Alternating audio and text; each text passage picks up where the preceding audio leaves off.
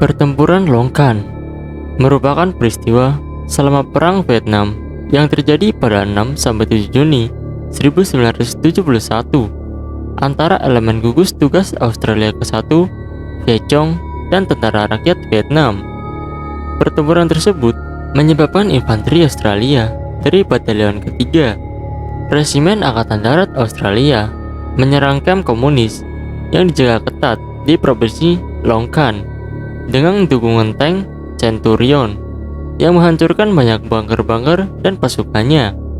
Bagaimanapun juga, Viet Cong yang berjuang keras untuk menunda progres pergerakan pasukan Australia. Meskipun sistem bunker kemudian berhasil dikuasai bersama-sama dengan sistem bunker kedua yang lebih jauh ke selatan. Australia menderita kerugian dari sejumlah korban, termasuk helikopter yang ditembak jatuh. Dan pada saat itu, Australia yang tidak dapat memusatkan kekuatan tempur yang cukup untuk mencapai hasil yang menentukan. Sebagian besar pasukan Viet Cong dan Tentara Rakyat Vietnam berhasil mundur. Meskipun dalam proses tersebut mungkin terdapat kerugian yang diderita, termasuk jatuhnya korban.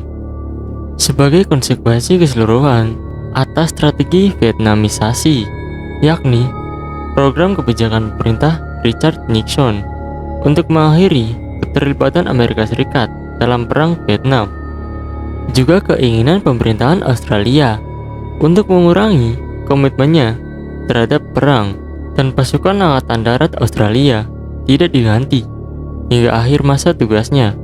Pada bulan Desember 1970, jumlah pasukan Australia kembali dikurangi hingga menjadi 2 batalion infanteri.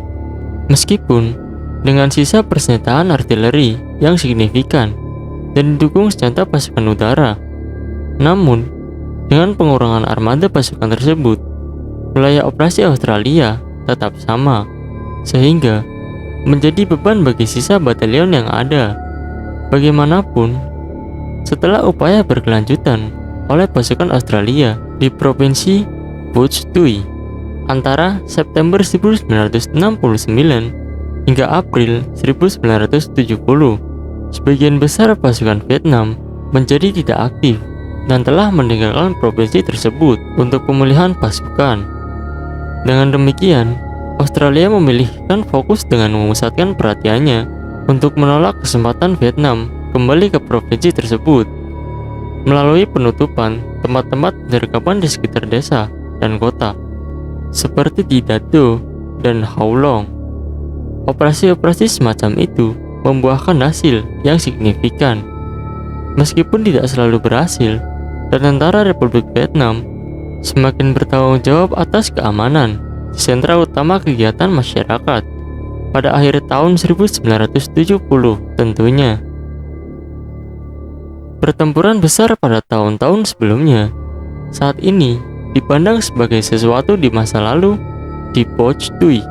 Namun, pada Mei 1971, atas permintaan Komandan Gugur Tugas Brigadir Bruce McDonnell, wilayah Australia diperpanjang 4 km ke utara, melewati perbatasan hingga ke provinsi Long Can.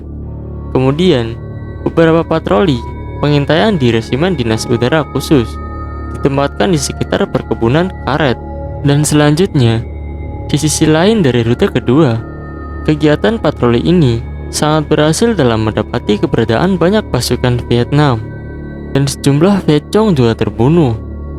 Dan laporan intelijen pada bulan Juni yang bersamaan dengan informasi berharga yang diperoleh oleh Resimen Dinas Udara Khusus mendapati keberadaan Batalion Divisi 445 Vietnam di sebelah timur rute kedua di sepanjang perbatasan antara Booch Tui dan Long Can di area 30 km utara pangkalan Australia di New Dait.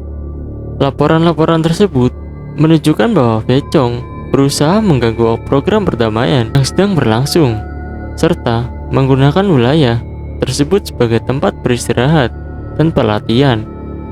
Menanggapi hal tersebut, Komandan Australia McDonnell meluncurkan operasi pencarian dan pembersihan setingkat brigade yang dikenal dengan operasi Overlord penanaman yang sama dengan sebutan pendaratan D-Day dalam invasi sekutu ke Normandia pada tahun 1944 yang dijadwalkan akan dimulai pada hari yang sama pada 27 tahun kemudian. Secara khusus, terdapat beberapa keraguan di antara para komandan subunit Australia dengan penggunaan nama operasi ini untuk alasan keamanan operasional, karena hal tersebut dianggap bahwa rencana mereka akan dapat diketahui musuh.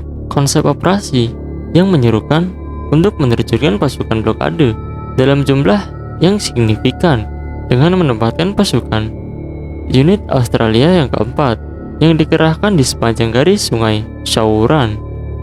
Skuadron A dari Resimen Kavaleri ketiga di sebelah barat dan Batalion 2/8 Angkatan Darat Amerika Serikat serta Resimen Kavaleri ketiga di timur. Sementara itu, pasukan Australia ketiga di bawah komando Letnan Kolonel Peter Scott dan armada tank Centurion dari Skuadron C, Resimen Lapis Baja ke-1 ditugaskan untuk mengarahkan Vietcong ke posisi tersebut, dan sejumlah area untuk pendukung tembakan akan didirikan yang berupa pengelompokan satuan senjata artileri guna membantu komandan pasukan dengan menempatkan pasukan A dari artileri Angkatan Darat Australia dan artileri dari Resimen Artileri Angkatan Darat Australia untuk memberikan dukungan tembakan tidak langsung sebagai bagian dari rangkaian dukungan bagi para pasukan penembak Amerika. Sementara itu, pasukan unit Australia yang ketiga ditunjuk sebagai Operasi Australia Gwenda dengan tipe kompi senapan A, B, dan C, sedangkan kompi D sebagai pasukan cadangan.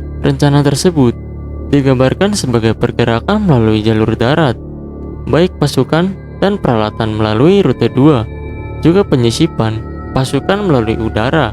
Medan operasi Australia yang baru merupakan hutan lebat dan beberapa area pohon sekunder dengan ketinggian di bawah 30 meter, dan operasi dimulai pada tanggal 5 Juni dengan menempatkan pasukan blokade yang terdiri dari pasukan Australia, Selandia Baru, dan Amerika Serikat. Kemudian diikuti dengan menerjunkan pasukan Australia unit ketiga dari udara.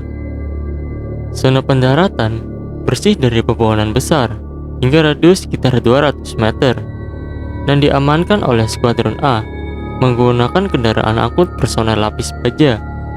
Ketika kompi A mendarat, tiba-tiba terjadi kebakaran hebat yang juga menargetkan area pendaratan kompi B yang terletak 1.300 meter ke arah barat daya, dan Australia kemudian mulai berpatroli dan menjadi tampak jelas bahwa mereka telah berusaha dijatuhkan dalam jarak 500 meter dari sisi bunker yang luas. Tanda-tanda keberadaan Vietcong didapati segera setelah pasukan Australia mulai menyebar.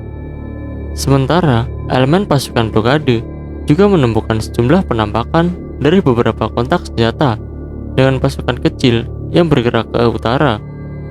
Pasukan Vietcong tampaknya menghindari pertempuran terbuka yang mungkin mewaspadai karena adanya pergerakan jalur darat dan dukungan udara. Dan pada sore hari, tanggal 6 Juni, Peleton 5 dari kompi B menemukan lokasi yang dianggap sebagai posisi utama Vietcong. Tetapi, karena hari mulai menjelang malam, diputuskan untuk tidak melakukan serangan pada malam tersebut.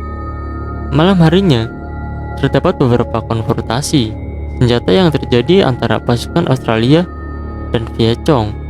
Kemudian, Peleton Australia mundur ke arah pelabuhan.